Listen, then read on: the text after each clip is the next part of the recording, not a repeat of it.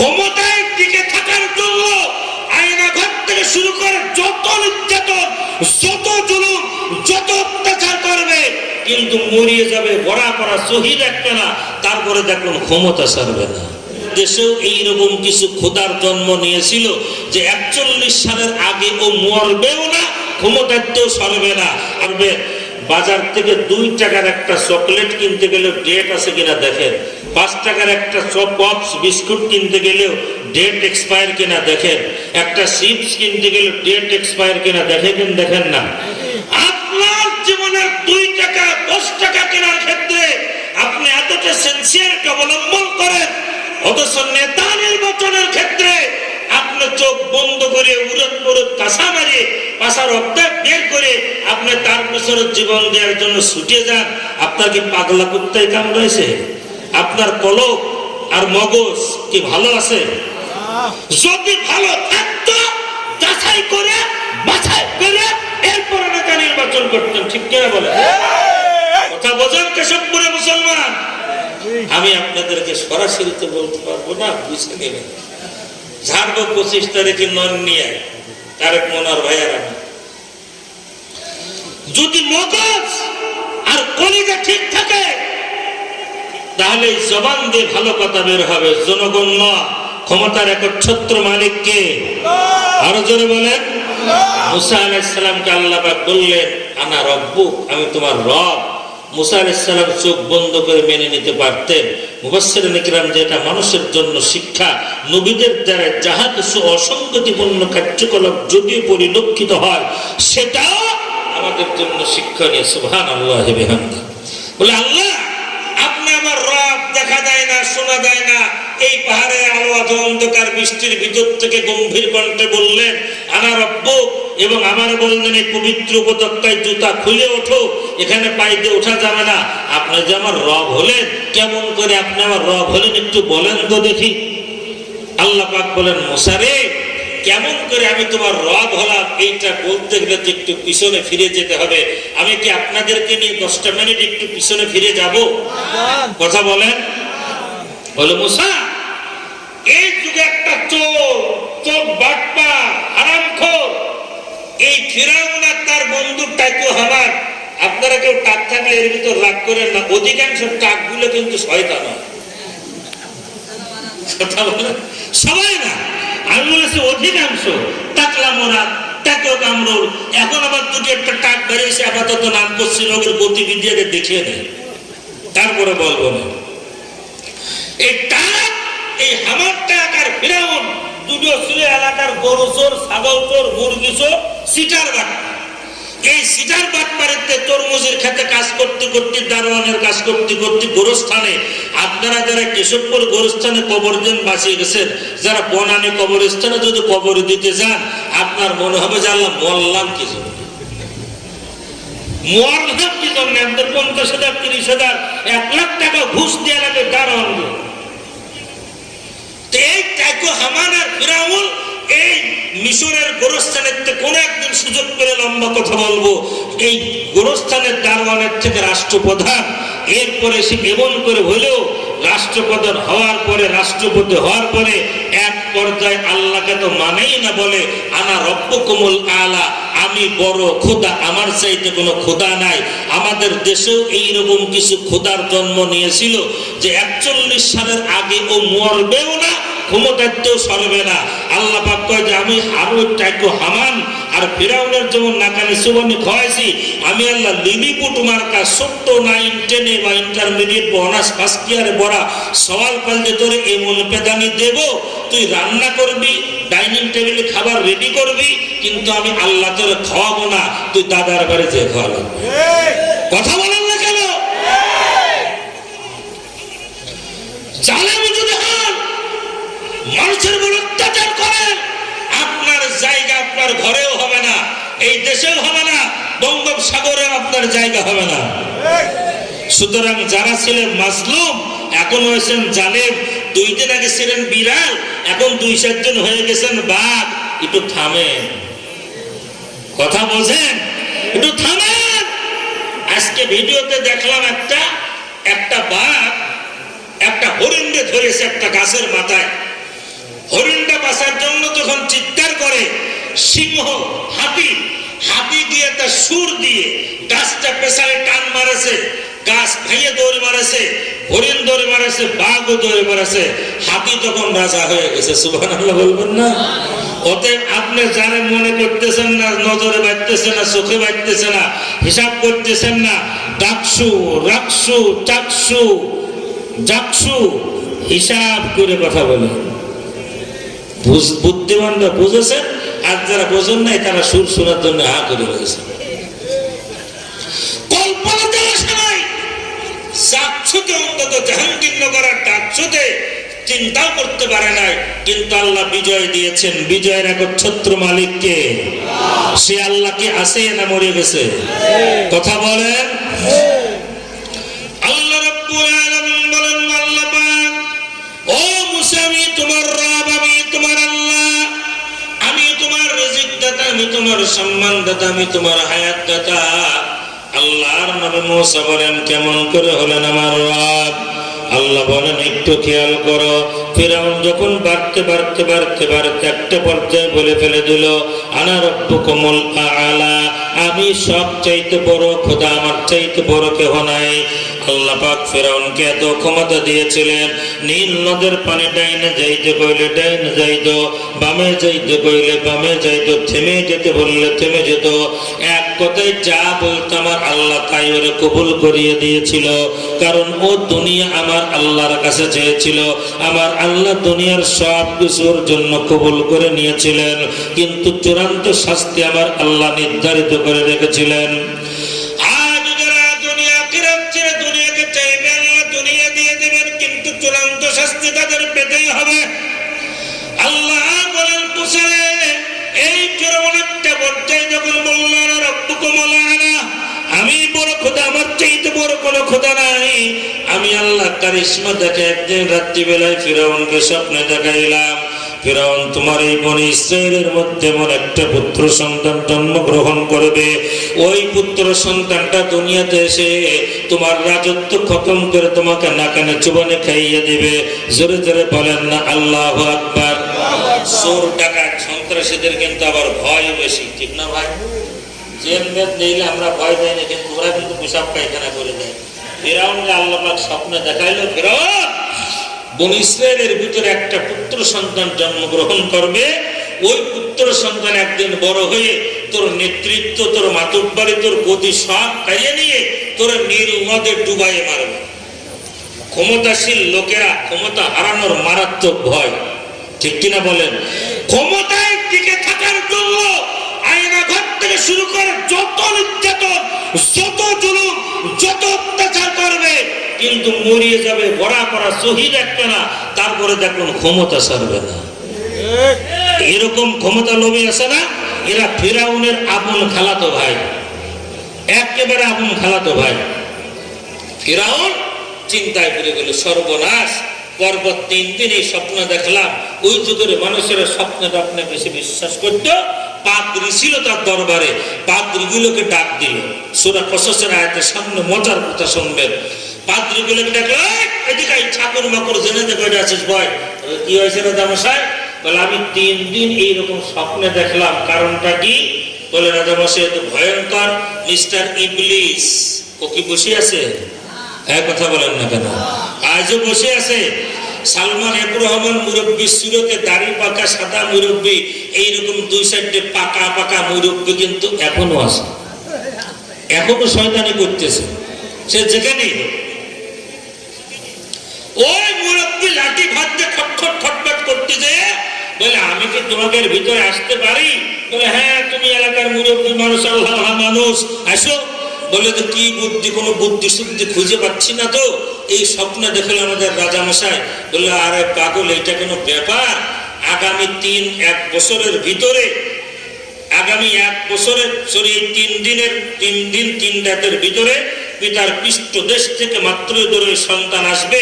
তোমরা এক কাজ করো, এই যে মেন রোড, এই পাশে বনি ইসরাইল পুরুষদেরকে এক পাশে রাখো, নারীদেরকে এক পাশে রাখো, মাঝখানে সেনাবাহিনী দিয়ে দাও, যাতে করে নারী পুরুষ একত্রিত হতে না পারে আর এই সন্তান দুনিয়াতে আসতে না পারে। শয়তানের বুদ্ধিটা খুব সুন্দর না? কথা বলে না? খুব পাকা বুদ্ধি। এই মুসলমান কেশবপুরে শিক্ষিত লোকেরা, এইরকম পাকা বুদ্ধি আলা শয়তান কিন্তু বর্তমান দেশে আছে না নাই? কথা বলেন। বললো মুরব্বী, তোমার কথাই তো ঠিক। যদি একত্রিত হতে না পারে, নারী পুরুষ মিলামিশাই করতে না পারে, তাহলে আর বাচ্চা হবে কেমন? ঠিক আছে, তাহলে এক পাশে পুরুষ আর এক পাশে নারী, আর মাঝখানে সেনাবাহিনী কর্তন করে ঘিরে রাখো, যেন কেউ কারোর সঙ্গে দেখা করতে না পারে। চিৎকার করে বলেন, আমার আল্লাহর ক্ষমতা আছে না নাই? আরো জোরে বলেন। আল্লাহ রাব্বুল আলামিন বলেন, মুসা রে, ফিরাউন তোমার দুনিয়াতে আসার আগে থেকেই পরিকল্পনা করল যেন তুমি দুনিয়াতে আসতে না পারো। ওই ফিরাউনের থেকে থেকে আমাদের এলাকায় সারা দুনিয়াতে এমন মানুষ আছে, আলেমদেরকে মা পেলে আসতে দিত না, বাধা দিত, এমনকি আসার পরেও কথা বলতে দিত না। তারা চলে গেছে, কিন্তু এখনো কিছু আল্লাহর বান্দারা ভুল করে এইরকম জালিমদের মতো কাজ করে। কথা বলেন ঠিক কি ঠিক না? আল্লাহ রাব্বুল আলামিন বলেন, মুসা রে, ফিরাউন যখন নারী পুরুষদেরকে আলাদা করে রাখলো, আমি আল্লাহ কেমন তোমার রব, কেমন তোমার মালিক, কেমন তোমার হায়াত, যাতে একটু ভালো করে শোনো। তোমার বাবার নাম ছিল ইমরান, মুসা আলাইহিস সালামের মায়ের নাম ছিল খাতুন। মুসা আলাইহিস সালামের বাবা ছিল ফিরাউনের বাড়ির খাস খাদেম, একেবারে পিএস, প্রধানমন্ত্রী, প্রধানের পিএস এর কাছে কি কোন আইন কানুন চলে গো?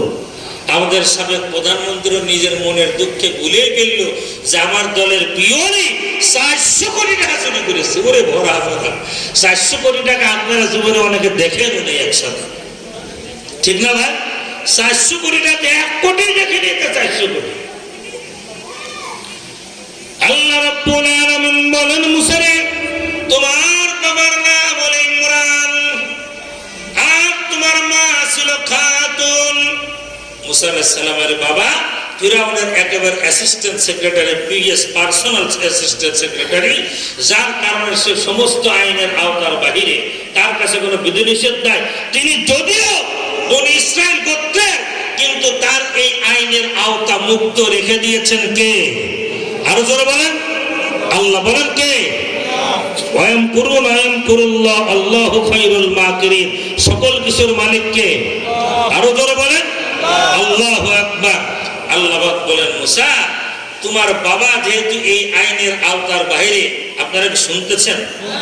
বোঝা যায় সঙ্গত কারণে তোমার মাও এই আওতার আইনের বাইরে। দ্যাট মিন্স তোমার মাকে আলাদা রাখা হয়নি, তোমার মা বাড়িতে, আর তোমার বাবাকে আমি আল্লাহ রেখে দিয়েছিলাম ফিরাউনের বাড়ির খাস কামরায়। সুবহানাল্লাহ বলেন।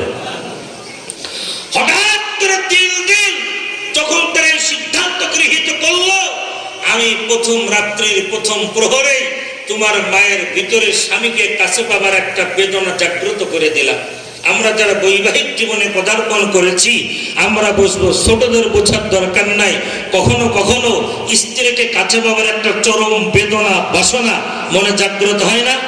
আবার আমার বোনেরা যারা আছে, স্বামীকে কাছে পাবার চরম বেদনা কখনো কখনো জাগ্রত হয় বিশেষ বিশেষ মুহূর্তে, ঠিক কিনা বলেন? কথা বলেন না? ঠিক ফিরাউনের মাকে আল্লাহ তাআলা ওই রকম স্বামীকে কাছে পাবার একটা বেদনা পাগল করা করে দিলেন।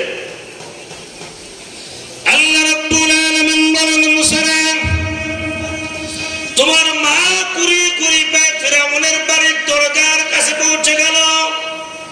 তোমার বাবা যেহেতু আইনের আওতার বাইরে ছিল, তোমার বাবাও গুড়ি গুড়ি পায়ে একেবারে বাড়ির মেন গেটের দরজায় পৌঁছে গেল। একজনের চোখের সঙ্গে চোখের দেখা দেখি হয়ে গেল। একজন একজনকে ডেকে বলে, আশপাশা খেলবো রে শাম। জোরে বলেন না আল্লাহু আকবার। আল্লাহ রাব্বুল আলামিন বলেন, মুসা, তোমার মা তোমার বাবাকে ডাকে, বাবা তোমার মাকে ডাকে। আমি আল্লাহ আর ওই ফিরাউনের বাড়িতে যত লোক লস্কর ছিল, যত সৈন্য ছিল, যত পাইক পেয়াদা ছিল, ওই লার্কেটের ট্যাবলেট খাইলে যেমন 24 ঘন্টার মধ্যে ঘুম ভাঙবে না, আমি আল্লাহ রাব্বুল আলামিন ফিরাউনের বাড়ির সমস্ত চাকর বাকর নগর, এমনকি ফিরাউনকে এমন ঘুমে ঘুম ফিরিয়ে দিলাম, ওর জুতা পিটা করলে ঘুম ভাঙবে না। এমন গমের মধ্যে আক্রান্ত করে দিলাম, তোমার মা আর তোমার বাবা একেবারে ফিরাউনের বাড়িতে খাস কামড়ে মিলিত হলো, একত্রিত হয়ে ওই রাত্রির প্রথম প্রহরে আমি আল্লাহ পিতার পৃষ্ঠদেশ থেকে তোমাকে মাতৃ উদরে এনেছিলাম। জোরে জোরে বলেন আল্লাহু আকবার।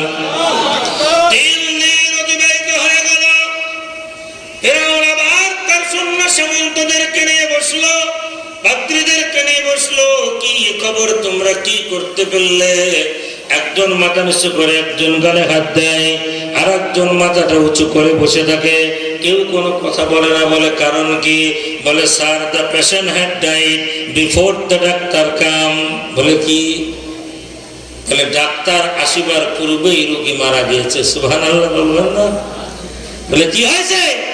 বলে আমরা যে 3 দিন পাহারা দিয়ে রাখলাম মুসারে ঠেকানোর জন্য, ওই বেটা প্রথম দিনের প্রথম প্রহরে পিতার পৃষ্ঠদেশ থেকে মাতৃ উদরে এসে গিয়েছে। বাড়িতে আগামী বছর বলেন সুবহানাল্লাহ, জোরে বলেন। বলে প্রথম রজনীতে প্রথম প্রহরে পিতার পৃষ্ঠদেশ থেকে অলরেডি মাতৃগর্ভে এসে গিয়েছে। সুবহানাল্লাহ বলেন। বলে যে এখন কি করা যায়, চিন্তায় ব্যাকুল অস্থির, এখানেই কথা। ওই বুড়ো শয়তান যে বলে, রাজামশাই আমার মতো ইবলিস বেঁচে থাকতি আপনার কোনো চিন্তা নাই। বলে কি গো? বলে আজ থেকে আগামী 1 বছরের ভিতরে বনি ইসরায়েলের ভিতরে যতগুলি পুত্র সন্তান জন্মগ্রহণ করবে একেবারে জন্মগ্রহণ করার সাথে সাথে মেরে ফেলতে হবে। বলে তাহলে ওই পুত্র সন্তান আর বড় হবে না, আপনার বিরুদ্ধে আর তৈরি হবে না। উলামায়ে কেরাম জানেন, তাফসীরের ভিতরে আছে, কেউ বলেন 70,000, কেউ বলেন 70 লক্ষ। এক মুসাকে ঠেকাবার জন্য বনি ইসরায়েলের প্রায় 70,000 শিশুপুত্রকে ফিরাউন হত্যা করেছে, কিন্তু মুসার আগমন ঠেকাতে পারে নাই। কথা বলেন। এবং সেই মুসা আলাইহিস সালামের কাছেই ফিরাউন পরাজিত হয়েছে। আজ পৃথিবীর মানচিত্রে প্রমাণিত হয়ে গিয়েছে, যারা আলেমদেরকে ঠেকাতে চায়, আলেমদের অগ্রযাত্রাকে রুখে দিতে চায়, তারাই দাঁড়িয়ে গিয়েছে, বসে গিয়েছে, কিন্তু আলেমরা মঞ্জিলে মকসুদে পৌঁছে গিয়েছে যদি তাদের মধ্যে মুনাফিকি না থাকে। কথা বলেন ঠিক কিনা? আজ 54 বছর স্বাধীনতার ইতিহাসের পরে এদেশের মানুষ স্বপ্ন দেখছে, কল্পনা করছে, উলামায়ে কেরাম ঐক্যবদ্ধ আছে। আল্লাহ যদি কবুল করে, উলামায়ে কেরাম যদি ঐক্যবদ্ধ থাকে, আল্লাহর এই কোরআনের সমাজ প্রতিষ্ঠিত দেখতে চাও কারা কারা? আমার আল্লাহকে দুটি হাত উঁচু করে বলো আল্লাহু আকবার। আরো জোরে চিৎকার করে বলো লিল্লাহি তাকবীর।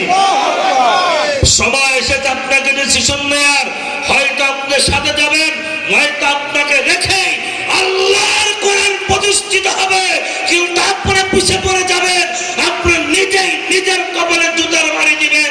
সেদিন আপনাকে আত্মনাদ শোনার কেউ থাকবে না। কথা বলেন।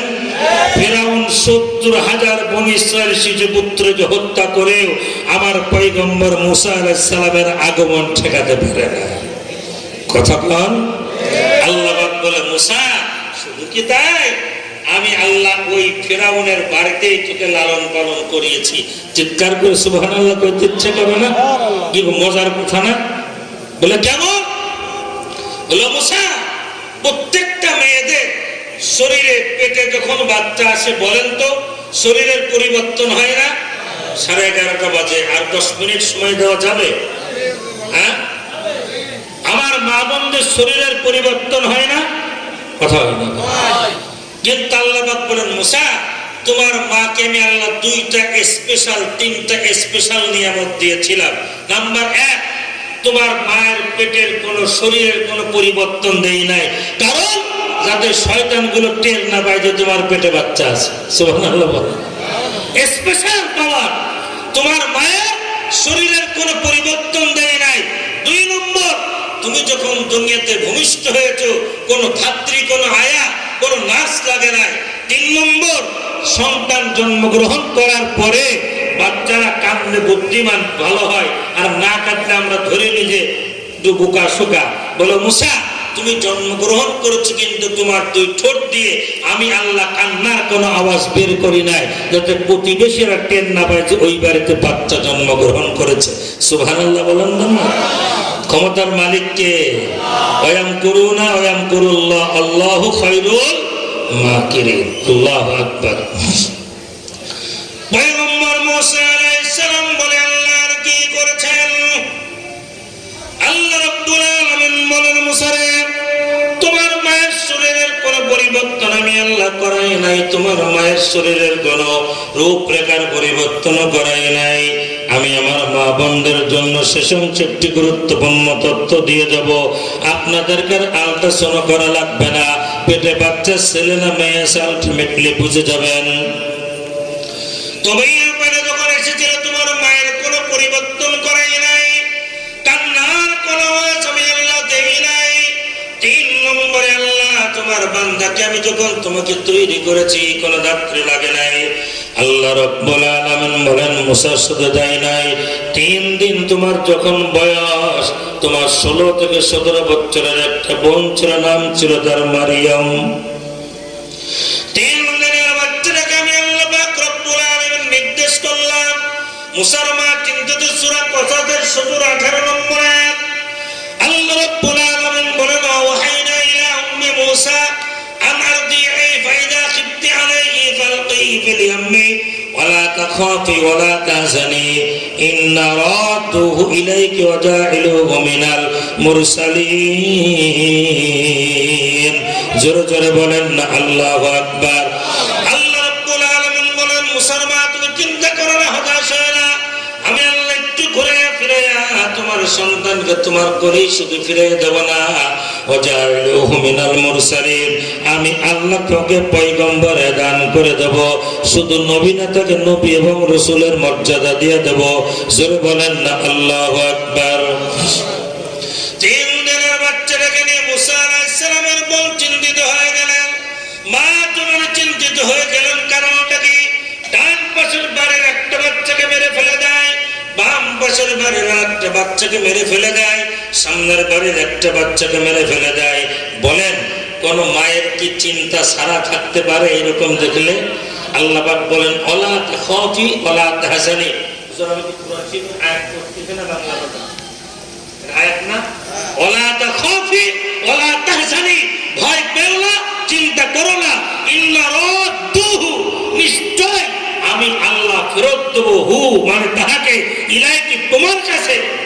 শুধু তাই নয়, ওয়াজাইলুহু, এবং আমি আল্লাহ তাহাকে বানাবো মিনাল মুরসালিন, পয়গম্বর নবীদের অন্তর্ভুক্ত করে দেব। চিৎকার করে বলেন আল্লাহু আকবার।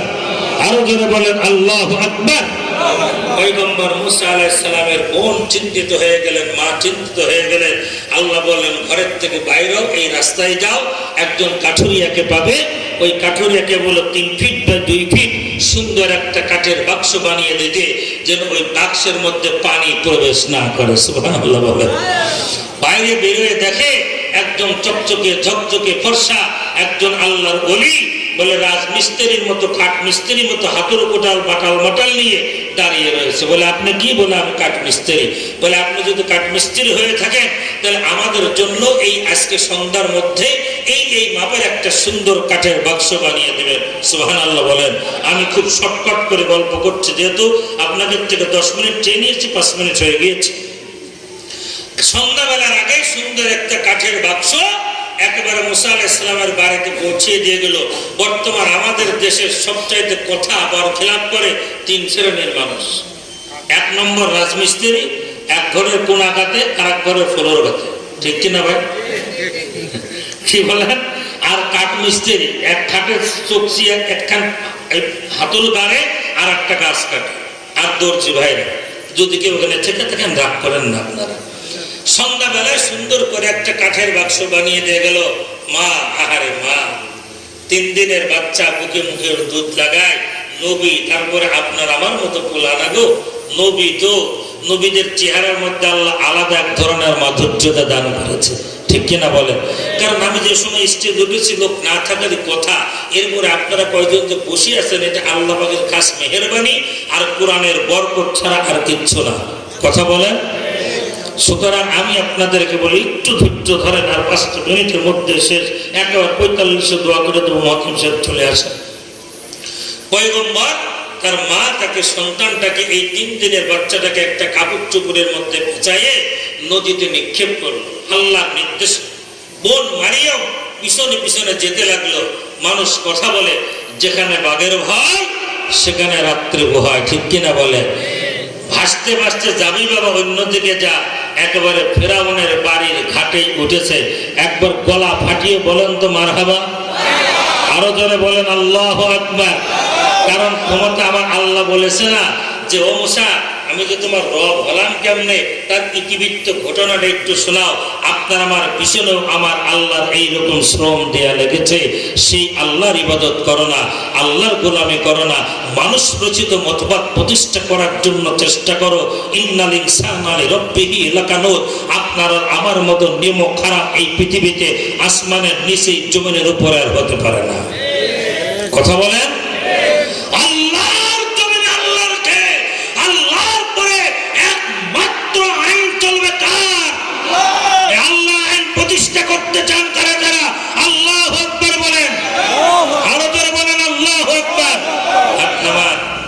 ফেরাউন সকালবেলায় হেঁটে হেঁটে নদীর কিনারায় গিয়েছে, একটা দূরের থেকে দেখে যে একটা বাক্স ভেসে আসে। সুবহানাল্লাহ বলেন।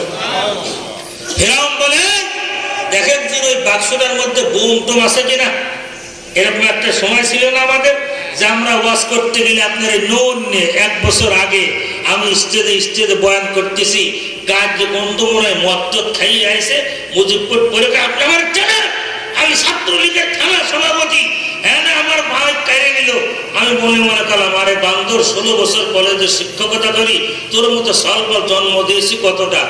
এরকম পাটার পাটা কনে গেছো, পাটা কনে কথা বলে কোথায় জুলুম করা যাবে না, অশ্রাব্য শব্দ মানুষের সাথে করা যাবে না। আল্লাহ পাক পয়গম্বর মুসা আলাইহিস সালাতু ওয়াস সালামের স্ত্রী আসিয়া বলে বাক্সটা এদিক নিয়ে আসো তো। কয়েকজন দাসী ধরে লম্বা ওয়াজটা আমি একেবারে কাটছাট করে, এটা তো 3 ঘন্টা যদি আমি ওয়াজ করি কত শিক্ষার থেকে বের হবে আপনি শেষ করতে পারবেন না। কিন্তু এখন সময় আর বের করা যাবে না। বাড়ির কাছে হ্যাঁ মুসাফির হিসেবে তো অবশ্যই আমার মা বোনদের জন্য টিপস দেব। এমন একটা ওষুধ আছে, কার কার স্বামী এদিক ওদিক গল্প করে আমি একটা দোয়া আজকে শিখিয়ে দিয়ে দেবো, জীবনে আপনার স্বামী এদিক ওদিক একটা কাট করবে না। আর কারো বউ যদি এদিক ওদিক টানতে পারে, দেখাও তোমার বউ যদি এদিক ওদিক টানতে পারে, শেষ একটা দোয়া শিখিয়ে দিয়ে দেবো বিনা টাকায়, তোমার বউ জীবনে আর কারোর সাথে কথা বলতে পারবে না। এটা শুনবেন তো? শুনবেন? আল্লাহু আকবার। বসেন। এই হুজুর চলে যায় যে হুজুরের বউকে চলে গেছে, ভাবের বসতে বলেন আমার মা বোনেরা বসেন। শেষ কথা শোনেন, ও তালা খুলতে যায় কিন্তু বাক্সর তালা খোলে না। আমার আল্লাহ পয়গম্বরের চেহারা কোন বেঈমানের দ্বারা দেখাবেন না। জোরে বলেন সুবহানাল্লাহ। পয়গম্বরের চেহারা কোন হারামখোর দিয়ে দেখাবে না। জেলখানার কয়েদিদের নাপাক শরীরে আল্লামা সাঈদীর দেহটা আমার আল্লাহ ওদের হাতে মৃত্যুবরণ করাবে না। যার কারণে হাসপাতালে এনে আলেম ওলামাদের হাতে আল্লাহর কোরআনের পাখিকে আমার আল্লাহ মৃত্যুবরণ করিয়েছেন। জোরে জোরে চিৎকার করে আল্লাহু আকবার বলবেন না? তিনি কি মৃত্যুবরণ করেছেন না শহীদ হয়েছেন? জোরে বলেন, তিনি কি মৃত্যুবরণ করেছেন না শহীদ হয়েছেন? আজ ভুলে যান যে জামাতকে চরমনাইকে হেফাজতকে খেলাফত আল্লাহর প্রেমে কোরআনের প্রেমে আমরা সবাই একাকার। টুপি দাড়ি জুব্বা টুপি দেখা বন্ধ করে এক আমরা আল্লাহর গোলাম রাসূলের সৈনিক হতে রাজি আছো কারা কারা? আল্লাহু আকবার বলেন। আরো জোরে বলেন আল্লাহু আকবার। বিবি আসিয়া বললে দেখি আমি খুলতে পারি কিনা। বিসমিল্লাহ বলে তিনি যখন চাবিতে হাত দিয়েছে সঙ্গে সঙ্গে খুলে গিয়েছে। তাকিয়ে দেখে চাঁদের চাইতে সুন্দর ফুটফুটে একটা বাচ্চা। আল্লাহ তাআলা বলেন মুসা লম্বা কথা বাবা কেমনে শেষ করি গো। বলে মুসা রে, সন্তান জন্ম নেওয়ার পরে বলেন তো মা যে পেটের থেকে বাচ্চা বের করে মায়ের কষ্ট হয় না? প্রচন্ড কষ্ট হয় না? একবার মায়ের কানে শুধু সন্তানের কান্নার আওয়াজ পৌঁছানোর সাথে সাথে আমার মায়ের সকল যন্ত্রণা আমার আল্লাহ ভুলিয়ে দেয়। ঠিক কিনা বলেন? মায়ের আর কষ্ট থাকে না। সবাইকে না, যারা মাকে কষ্ট দাও, মাকে যারা খেতে দাও না, মাকে যারা গালি দাও, মাকে যারা অত্যাচার করো, মাকে যারা খাবার দাও না, এই পৃথিবীতে তোর চাইতে নিকৃষ্ট নরপশু শিয়াল কুকুর খিঞ্জিরের চাইতেও তুই নিকৃষ্ট। কথা বলেন। আর মাকে যে লোকটা খাবার দেয়, পড়তে দেয়, মায়ের ভালোবাসা নিয়ে বেঁচে থাকে, মাকে নিয়ে পাল্লা করে খেদমত করার জন্য আমরা দুই ভাই এখন মারামারি করে মরে গেলাম। আমার মা রয়েছে দশর ঝিকর গাছায়, আজ 6 মাস আমার ছেলে এখানে জীবন, আমার রেকর্ড হচ্ছে কথা, আমার মা বাড়ি নাই, ঠিক মতো বাজার ঘাট করতে পারে না, কারণ এই মাদ্রাসার ছেলেদেরকে পড়ানো হয় আল জান্নাতু তাহতা আকদামিল উম্মাহাত, মায়ের পায়ের নিচে সন্তানের বেহেশত। চিৎকার করে বলবেন না মারহাবা। এই বুঝটা যার আছে বলেন তো, আমি 10 লক্ষ টাকার চ্যালেঞ্জ গ্রহণ করছি, এই বাংলাদেশের একজন হাফেজ কারি, মৌলানা মুফতি, মুহাদ্দিস, মুফাসসির, এমনকি একজন মসজিদের মুয়াজ্জিনের মাও বৃদ্ধাশ্রমে নাই, ও যা ইনকাম করে তাই নিয়ে মাকে আগে খাওয়ায়। ঠিক কিনা বলেন?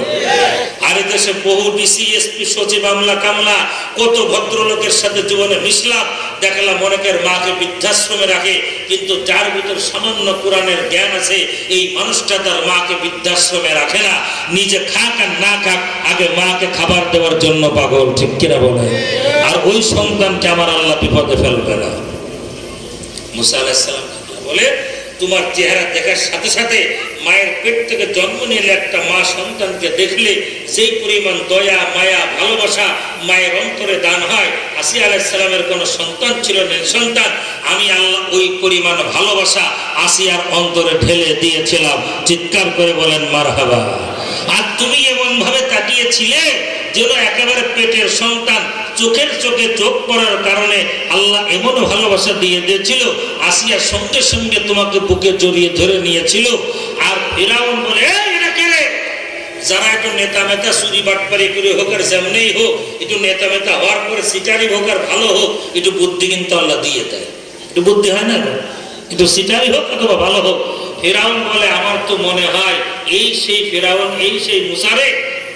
এই বলে ফিরাউন কেবল কোলে নিতে গেছে, 3 দিনের বাচ্চা মুসা এমন এক থাপ্পড় মারিয়েছে, চিৎকার করে সুবহানাল্লাহ কইতে ইচ্ছে করে না? কারণ তো না পারে, হারামখোর এক সাদিকি। ফিরাউন মুখ বেঁকা করে যে 40 দিন পর পর পায়খানা হতো, এই ছোট্ট মুসার এক হাতের চাটি খাইয়ে একদিনে 40 বার পায়খানা করেছে। সুবহানাল্লাহ বলেন না? আজকে যারা আলেমদেরকে দুনিয়ায় রাখতে চাও না, খেদাই দিতে চাও, মসজিদ থেকে ঘাড় ধরে নামাই দিতে চাও, আলেমদের হাতের থাপ্পড় যদি একবার বিসমিল্লাহ বলে পড়ে গো, তোমার একদিনে 65 বার পায়খানা করা লাগবে। কথা বলেন? সুতরাং আমাদের এইরকম কিছু করতে বাধ্য করো না। 40 বার পায়খানা করেছে। মুসা আলাইহিস সালাম বাচ্চাটাকে বলে, না আমার তো মনে হয় যে এই বাচ্চা যেমন তোমার বাচ্চা না। বলে, আমি একটু পরীক্ষা করবো। বলে, কি পরীক্ষা করবা? বলে, একদিকে আগুন রাখো, একদিকে স্বর্ণ রাখো। ও যদি অরিজিনালি সেই পয়গম্বর হয়, তাহলে ও আগুনে হাত দেবে না, ভালোটা ধরবে। আর ও যদি পরীক্ষিত অর্থে না বুঝে আমার কষিয়ে থাকে, কষা মানে বোঝেন না, আপনাদের এলাকায় কি বলে, চটকানি দেওয়া বলে, তাই না? ঘাড়ায় না বলে, ঠিক তো? বলে, যদি না বুঝে ঘাড়ায় থাকে, তাহলে ও আগুনে হাত দেবে। মুসা আলাইহিস সালামের হাতটা স্বর্ণের দিকে যাচ্ছিল। আল্লাহ পাক জিবরিল আমিনকে বলে, তারা তোর হাতটা সরা আগুনের দিকে ভরে দে। এই মুসার নিতে আমি পৃথিবীর মানচিত্রে এমন খেলা খেলবো যে কিয়ামত পর্যন্ত মানুষের জন্য শিক্ষা রয়েছে। আল্লাহু আকবার বলেন। মুসা আলাইহিস সালাম হাতটা আগুনের ভিতর দিল, বলল, না তাহলে এই বাচ্চা সেই বাচ্চা না, এই অরিজিনালি মনে হয় কম বুদ্ধি। আল্লাহ পাক বলেন, মুসা আলাইহিস সালাম, ও মুসার মা, তুমি চিন্তা করো না। বিবি আসে এবার চিন্তায় পড়ে গেল। বলেন তো, যেই মায়েদের সন্তান হয় না, তাদের কি বুকে দুধ হয়? আমি বলছি না গল্প করব, সেই বাচ্চা, তাদের মা বাচ্চা হয় না, তাদের বুকে দুধ হয়? বুকে দুধ হয় না। এখন মুসা আলাইহিস সালামকে নিয়ে ফিরআউনের স্ত্রী আসিয়া চিন্তায় পড়ে গেল, তার তো বুকে দুধ নাই, তার তো সন্তান নাই, এই বাচ্চাটা কোথায় দুধ পান করাবে?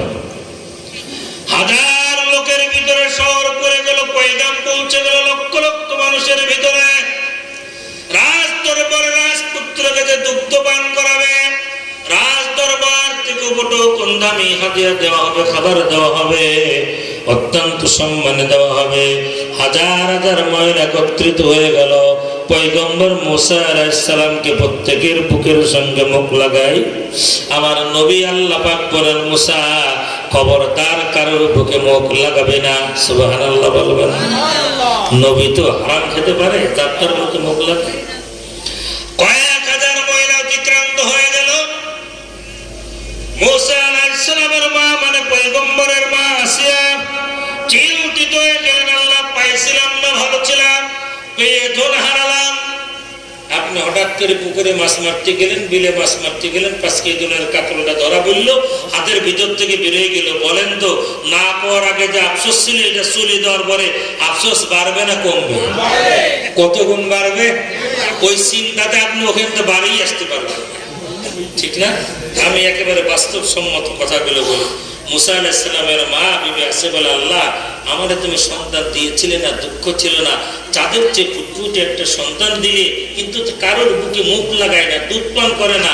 তখন তার এই টানো মানো ছিল না। এখন তো আমাদের মায়েরা পেস্ট ঠিক রাখার জন্য বুকের দুধ খায় না, একটা মডার্ন সাইজে বলে ডানো আনো, ওই গরুর দুধ খায়, বাচ্চা গরুর মতোই আচরণ করে, ঠিক কিনা বলেন? মায়ের বুকের দুধ খাওয়াবেন তো সন্তান ভালো হবে, আর ডানো আনবা তো তোমার বাচ্চা এরকম গরুর মতোই করবে। আর এই তলবেলে পড়াবা, এই মাদ্রাসায় পড়াবা, ডানো আনো আর যাই আলো, অন্তত মা বাবার সাথে খারাপ আচরণ করবে না। আল্লাহ পাক বলেন, ও ইন্না রাদ্দুহু, এই সত্য আয়াতটি আপনাদের মনে আছে? আল্লাহ পাক ওয়াদা দিয়েছেন না মুসা, তোমার মাকে, মুসা আলাইহিস সালামের মাকে, যে তোমার সন্তানকে আমি আল্লাহ তোমার বুকে ফিরিয়ে দেব। বিবি মুসা আলাইহিস সালামের বোন আস্তে আস্তে হাঁটতে হাঁটতে বিবি আসিয়ার কাছে গিয়ে বললেন, রানী মহাশয়, আপনি যদি পারমিশন দেন আমি আপনার সাথে একটা কথা বলতে পারি। বলে বলো। বলে, আমার বাড়ির পাশে একটা মেয়ে আছে, মহিলা আছে, ওই মহিলার দুধ সব বাচ্চারাই পান করে। সুবহানাল্লাহ বলেন। আপনি যদি অনুমতি দেন আমি একটু একবারের জন্য হলেও ডেকে নিয়ে আসি, যদি হয়তোবা পান করতেও পারে। বলে, যাও তাড়াতাড়ি, আমার বাচ্চাটা না খেয়ে মারা যায়, আর তুমি এখনো এই কথা বলো। আল্লাহ রাব্বুল আলামিন বলেন, মুসা, তোমার মাকে আমি আল্লাহ সূরা কসসের পরবর্তী আয়াতের মধ্যে ওহী নাযিল করে আল্লাহ পাক জানিয়ে দিলেন, মুসার মা, তুমি যে অরিজিনাল মা এরকম কোন ভাব ভোগ নেবা না, নিজের পরিচয়টা তুমি একটু গোপন করবা, কারণ আমি আল্লাহ তোমাকে নিয়ে একটি চমৎকার খেলা দেখাইব। মুসার মা যখন আসলেন, বাচ্চাটা একবার মায়ের চেহারার দিকে তাকায়, মিষ্টি মিষ্টি আসে, হাত নাড়ায়, পা নাড়ায়, আর বাচ্চাটা মায়ের বুকে মুখটা লাগিয়ে দুধ পান করে। জোরে জোরে বলেন না আল্লাহু আকবার।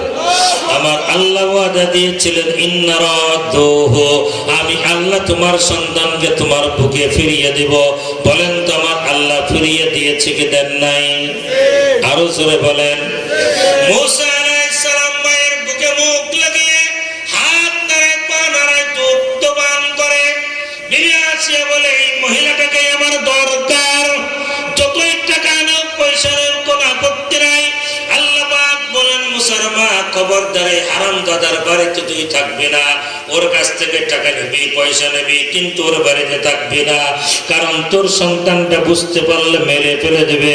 মুসা আলাইহিস সালামের মা বললেন, আমি তো বাড়ি তুই একা একা থাকতে পারবো না, আপনি টাকা দিবেন, পয়সা দিবেন, আমি নিতে আসতে পারবো না, আমার বাড়িতে পৌঁছিয়ে দিয়ে আসবেন। সুবহানাল্লাহ। যে মুসা আলাইহিস সালাম দুনিয়াতে আসতেই দিবে না, রাজকোষের থেকে টাকা দিবে, পয়সা দিবে, শুধু কি তাই, মাসে মাসে বাড়িতে যে পৌঁছে দিয়ে আসবে। বিবি আসিয়া বলল, মাসে মাসে আমাকে একটু দেখাবার জন্য নিয়ে আসবেন। বললো, আনবো, আপনার রাজদরবার থেকে বাহন পাঠাবেন, ওই বাহনে নিয়ে আসবো, আপনাকে দেখাই, আবার আমার সন্তানকে বাড়িতে নিয়ে যাব। গলাটা ফাটিয়ে বলেন আল্লাহু আকবার। এভাবে 10 বছর মুসা আলাইহিস সালাম মাতৃ করেছিলেন। 10 বছর বয়সে আবার তিনি ফিরআউনের কাছে আসলেন।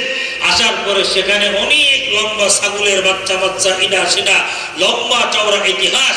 এরপরে 20 বছর বয়সে নবী এবং রসুল যারা সৎ মানুষ আপনাদের মধ্যে আছে, অন্যায়কে দেখতে পারেন না এরকম কিছু মানুষ আছে না ভাই? প্রতিবাদ করেই বসে, তাতে যা হয় হোক। একজন বনী ইসরায়েলের একজনকে আঘাত করেছিল, একটা থাপ্পড় মেরেছিল, একজন নবীর হাতে কমপক্ষে 40 জন পুরুষ, স্বাভাবিক পুরুষের শক্তি থাকে, এক থাপ্পড়ে একটা কিপ্তিকে মারিয়ে ফেলা দেওয়ার পরে মুসা আলাইহিস সালামের বিচার করতে হত্যা করে দেবে। এই ভয়ে মুসা আলাইহিস সালাম আল্লাহর হুকুমে পুনরায় তিনি মিশরে চলে গিয়ে মাদায়েনে চলে গিয়েছিলেন। মাদায়েনে 8 বছর অতিবাহিত হওয়ার পরে যখন অন্তঃসত্ত্বা স্ত্রীকে নিয়ে পুনরায় তিনি আবার মিশরের দিকে রওনা করেন, ঠিক তখন ময়দানে তুয়া পাহাড়ের কাছে আল্লাহ পাক বলেন, ফাখলা'না আলাইকা তো মুসা ইন্নাকা বিল ওয়াদিল মুকদ্দাসি তুয়া, ও মুসা আলাইহিস সালাম তুমি এখানে তোমার পাদগদায় খুলে ওঠো, এটা পবিত্র উপত্যকা। এরপরে একাধারে আল্লাহ পাক 12টি আয়াতে কারিমা নাযিল করেছেন, ওয়া আখতারতুকা ফাসতামি লিমা ইউহা, এইভাবে পরপর 12টি আয়াত আল্লাহ নাযিল করেছেন। এরপরে মুসা আলাইহিস সালাম 7টি কথা বলেছেন, এরপর আবার আল্লাহ পাক তাকে বলেছেন। এইভাবে কথোপকথনের মাধ্যমে আল্লাহ তাআলা রব্বুল আলামিন যেই মুসা আলাইহিস সালামকে ফিরাউন দুনিয়াতে আসতে দেবে না বলে 70,000 বনী ইসরায়েলের শিশুপুত্রকে হত্যা করেছিল, মুসা আলাইহিস সালামের আগমনকে ঠেকাতে পেরেছে? কথা বলেন, পেরেছে? আজও কসম করে খোদার বলি, যারা আল্লাহর দ্বীনের বাতিকে নিভাতে চায়, দ্বীনের বাতিকে বন্ধ করতে চায়, ওলামাদের অগ্রযাত্রাকে ঠেকাতে চায়, মাদ্রাসা মসজিদগুলোকে আগের বাহাদুররা বন্ধ করতে চেয়েছিল, এখন সুকৌশলে বন্ধ করার চেষ্টা করছেন। আমি আপনাদেরকে বলি, মারকাজুল হুদা এইরকম মাদ্রাসাটার মতো সুন্দর মাদ্রাসা জেলায় ফার্স্ট, থানায় ফার্স্ট, পুরস্কার বন্ধ করো। পুরস্কার পেয়েছে, এই প্রতিষ্ঠান থাকবে না বন্ধ হয়ে যাবে? এটা থাকবে। কারা কারা চান? আল্লাহু আকবার বলেন। আল্লাহ রব্বুল আলামিন, আমি আপনাদের শেষ দিকে সেই কথাটাই বলেই ক্ষান্ত অসমাপ্ত কথাটা বলবো যে মুসা আলাইহিস সালামের আগমন যেমন ঠেকাতে, আপনারা এখনো টেনশন করেন, দোয়া হবে কি আজরাইল নাকি? মুরব্বী মানুষগুলো বসেন বাবাজি, দোয়া শরীফ হয়ে যাবেন। আমি মুসাফির মানুষ, মুস্তাজাবাতুদ দাওয়া, 3 শ্রেণীর লোকের দোয়া কবুল। মুসাফির, মাজলুম, আমরা গোটা জাতি এখন মাজলুম। আমার তো মনে হয় ওলামায়ে কেরাম আমরা যারা আছি, ইসলামপন্থী যারা আছি বা যারা আমরা আছি, আমরা দীর্ঘ 17 বছর ছিলাম আওয়ামী মাজলুমের শিকার। আর স্বাধীনতার পরে 54 বছরের ইতিহাসে সবচাইতে বেশি এখন আমরা মাজলুম, জালিমের শিকার। কথা বলেন, আমরা সবচাইতে শিকার। আল্লাহ এর থেকে আমাদেরকে উত্তরণ দান করবে। মুসাফির, মাজলুম এবং পিতামাতার দোয়া আল্লাহ তাআলা রব্বুল আলামিন যেন আমাদেরকে কবুল করে নেন। জোরে বলেন আমিন, আরো জোরে চিৎকার করে বলেন আমিন। আপনাদেরকে চমৎকার একটা ঘটনা, শুধু 2 মিনিটে কথাটা বলি। মায়ের খেদমত করার জন্য পাগল করা হবে তো আল্লাহ পাক আপনাকে জান্নাত দিবে। সৌদি আরবে 2007 সালে একটা বিচার কার্যাদি সম্পন্ন হয়েছিল। এই মাত্র 13 তারিখের একটা পোস্টে, অনলাইন পোস্টে সেই নিউজটা এসেছে আরবি পোর্টাল ইংরেজিতে, যে মায়ের খেদমতের জন্য সৌদি আরবের রিয়াদের প্রধান বিচারপতি সুপ্রিম কোর্টে একজন বিচার করেছে। ও মা, ও বোন, তোমাদের জন্য বলি, মায়ের বিচার করেছে, ছোট ভাই বড় ভাইয়ের বিরুদ্ধে অভিযোগ করেছে। কি অভিযোগ? যে মহামান্য আদালত আমার বড় ভাই আমার মায়ের সেবা থেকে বঞ্চিত করে, একটু চোখে পানি আনে। কি বঞ্চিত করে? 17 বছর আমার বাবা মারা গিয়েছে, এই 17 বছরের ভিতরে আমার বাবাকে মারা যাওয়ার পরের থেকে আমার মাকে আমার খেদমত করার সুযোগ দেয় না, আমার বড় ভাই শুধু সেবা করে। মহামান্য আদালত, আমার এখন অর্থ ভালো, অবস্থা ভালো, বাড়ি গাড়ি ভালো, আমার মায়ের সেবা করার সুযোগ আমি চাই। সুবহানাল্লাহ বলবেন না? এইরকম করে বিচার কি বাংলাদেশের ইতিহাসে আছে? আপনারা কত বড় নিকৃষ্ট। আমরা মাকে ভাগ করেন, 1 মাস বড় ভাই, 1 মাস ছোট ভাই, 1 মাস বোন, পরের দিন ছোট বোন। আছে না এরকম? সাধারণ আছে না? পৃথিবীতে এর চাইতে নিকৃষ্ট মানুষ আর নাই। বিচারক যখন বিচার কার্যটি সম্পন্ন করল, 2টা মিনিটে বন্ধরে, একদিকে ছোট ভাইয়ের, একদিকে বড় ভাই।